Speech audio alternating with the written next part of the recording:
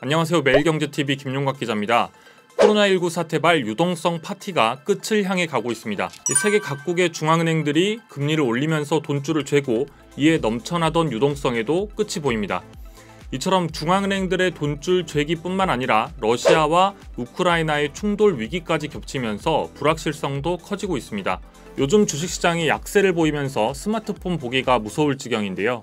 아마 인고의 시간을 보내는 투자자분들도 많을 것 같습니다. 이럴 때는 보유 주식을 팔고 현금 비중을 늘리는 것도 방법 가운데 하나입니다. 또는 주식시장이 하락할 때 돈을 벌어보자며 인버스에 관심을 두는 투자자분들도 꽤 있는 것 같습니다. 인버스, 곱버스 이런 상품들은 증시 하락에 베팅하는 상품들인데요.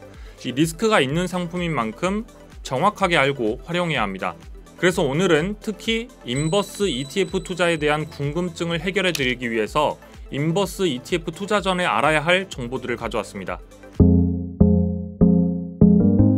결론부터 말씀드리면 인버스, 특히 곱버스는 장기 투자를 하지 않으시길 추천드립니다. 보통 주식 투자는 장기 투자를 하라고 말씀을 드리는데 인버스와 곱버스는 장기 투자를 하면 안 됩니다. 그 이유에 대해서 말씀을 지금부터 드리겠습니다. 먼저 ETF는 대표적으로 지수에 투자를 하는 방법입니다. 개별 주식이 아닌 펀드의 형태인데 주식처럼 실시간으로 거래할 수 있도록 만든 상품이 ETF입니다. 쉽게 말해서 여러 종목을 모아둔 바구니를 새롭게 하나의 주식 종목으로 만들어서 사고 판다고 생각하면 쉽습니다.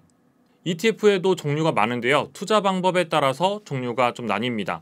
이 추종하는 지수의 움직임에 2배 또는 3배 수익을 얻는 방법으로 레버리지 ETF 투자 방법이 있습니다. 예를 들어서 코덱스 레버리지 ETF를 보면 이 종목은 기초지수인 코스피 200이 10% 오르면 이 ETF는 20%가 오릅니다. 물론 10% 하락하면 20%까지 손실을 볼 수도 있다는 의미이기도 합니다. 이런 ETF들은 주식시장이 좋을 때 더 큰 수익을 얻을 수 있도록 지렛대 효과를 줍니다.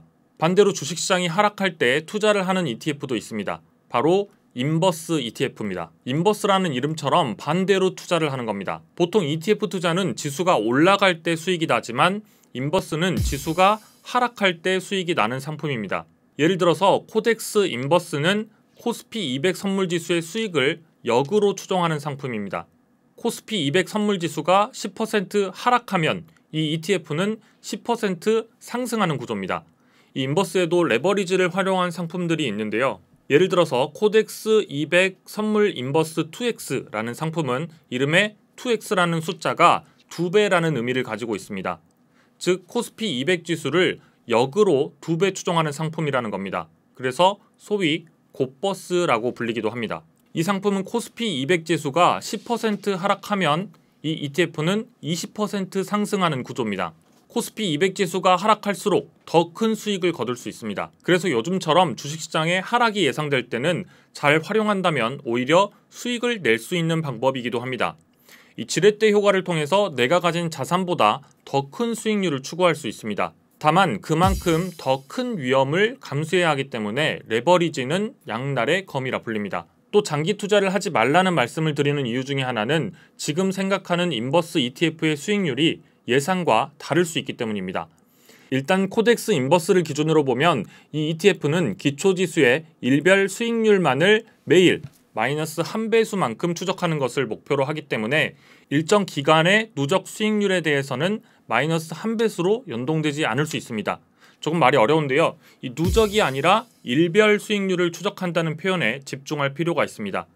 예를 들어서 추종하는 기초지수의 기준을 100이라고 두고 1일차에 5%가 하락합니다. 그러면 95가 됩니다. 그리고 2일차에는 7.37%가 오릅니다. 그러면 지수는 102가 됩니다. 마지막으로 3일차에 4.9%가 내리면 지수는 97이 됩니다. 처음 100을 기준으로 봤을 때는 기초지수가 3% 하락했습니다. 그렇다면 이때 인버스 ETF는 어떻게 될까요? 그냥 생각하기에는 추정하는 지수가 3% 하락했으니 인버스 ETF는 3% 오르겠지 이렇게 생각할 수도 있는데요. 이 인버스 ETF는 누적 수익이 아닌 일일 변동성을 추정하기 때문에 1일차의 기초지수가 5% 하락했을 때 인버스 ETF는 105가 됩니다. 지수가 5% 빠졌을 때 인버스 ETF는 5% 수익인 거죠. 여기까지는 맞습니다. 그런데 2일차의 기초지수가 7.37%가 오르면 인버스 ETF는 하락해서 97.30이 되고 3일차에는 기초지수가 4.9% 하락하면 인버스 ETF는 상승해서 102가 됩니다. 이 3일간 상승과 하락을 똑같이 적용했는데 인버스 ETF는 누적 수익률이 2%가 되는 겁니다. 아까 기초지수는 3%가 하락했는데 인버스 ETF는 3% 수익이 아니라 2% 수익을 본 겁니다. 누적 수익률이 아니라 일별 수익률만큼 추적하기 때문인데요. 그래서 기초지수가 올랐다가 내렸다가 이동해서 누적 수익률은 마이너스를 기록했는데 지수가 빠졌으면 인버스 ETF는 돈을 벌어야 하는데 오히려 마이너스를 기록하는 경우도 있습니다. 즉 기초지수가 100에서 110을 왔다 갔다 하면 이때 지수는 누적 수익률이 0이 되는데요. 반면 인버스 ETF는 종가를 기준으로 수익률을 산출하기 때문에 100에서 110이 되면 10% 손실을 기록하고 다음날 90이 됩니다. 그 다음날 기초지수가 110에서 100이 되어 9%가 하락했을 때 이 인버스 ETF 가격은 90에서 9% 오른 98이 됩니다. 100이 아니라 98이 된다는 점에 주목을 할 필요가 있다는 겁니다. 실제로 코덱스 인버스 ETF의 경우에 금융위기로 시장이 요동쳤던 지난 2008년 10월 22일부터 2009년 1월 2일까지 기초지수는 마이너스 3% 누적 수익률을 기록했는데요. 이 코덱스 인버스 ETF의 누적 수익률은 마이너스 5.79%를 기록했습니다. 결론적으로 말씀드리면 코스피 200 선물지수가 하루에 1% 하락하면 코덱스 인버스의 가격은 1% 상승합니다. 이 정반대로 움직인다고 생각하면 됩니다. 하지만 투자 기간 동안 누적 수익률로 코스피 200 선물지수가 10% 하락한다면 코덱스 인버스 수익률은 10%가 오르는 게 아닙니다. 실제로는 20%가 될 수도 있고 손실이 날 수도 있습니다. 그래서 기초지수인 코스피 200 선물지수가 등락을 거듭할 때는 장기 투자에 주의할 필요가 있습니다. 이렇게 말해도 헷갈리는 분들이 있을 수 있는데요. 쉽게 말하자면 100만 원을 투자했을 때 50%를 날렸습니다. 50만 원이 됐죠. 그리고 그 다음날 50%가 다시 올랐습니다. 그러면 50만 원의 50%인 25만 원이 올라서 75만 원이 됩니다. 50%가 내렸다가 50%가 올랐는데 원금은 100만 원이 안 되는 것과 같은 이유라고 생각하면 쉬울 것 같습니다. 이 같은 효과는 레버리지를 이용하는 소위 곧버스에서도 확인할 수 있습니다. 이 투자 기간이 길어지면 레버리지를 통해서 이자에 이자를 낳는 음의 복리 효과로 손실이 커질 수 있습니다. 이자가 쌓이면 더 큰 금액이 되는 복리의 마법처럼 손실도 쌓이고 쌓이면 원금 회복에 필요한 수익률은 증가하는 침식 효과가 나타납니다. 한번 아까처럼 기초지수가 등락을 한다고 가정하면 더 큰 문제가 될 수도 있습니다. 등락의 폭이 크면 클수록 그리고 등락의 횟수가 증가하면 증가할수록 이 같은 수익률의 차이는 더 커질 수 있습니다. 그런데 보통 지수는 상승장이든 하락장이든 등락을 하면서 움직입니다. 보통 상승과 하락을 반복하면서 추세를 만들어갑니다. 그래서 결국 투자 기간이 길면 길수록 기초지수의 수익률과 인버스 ETF의 수익률은 달라질 수 있습니다.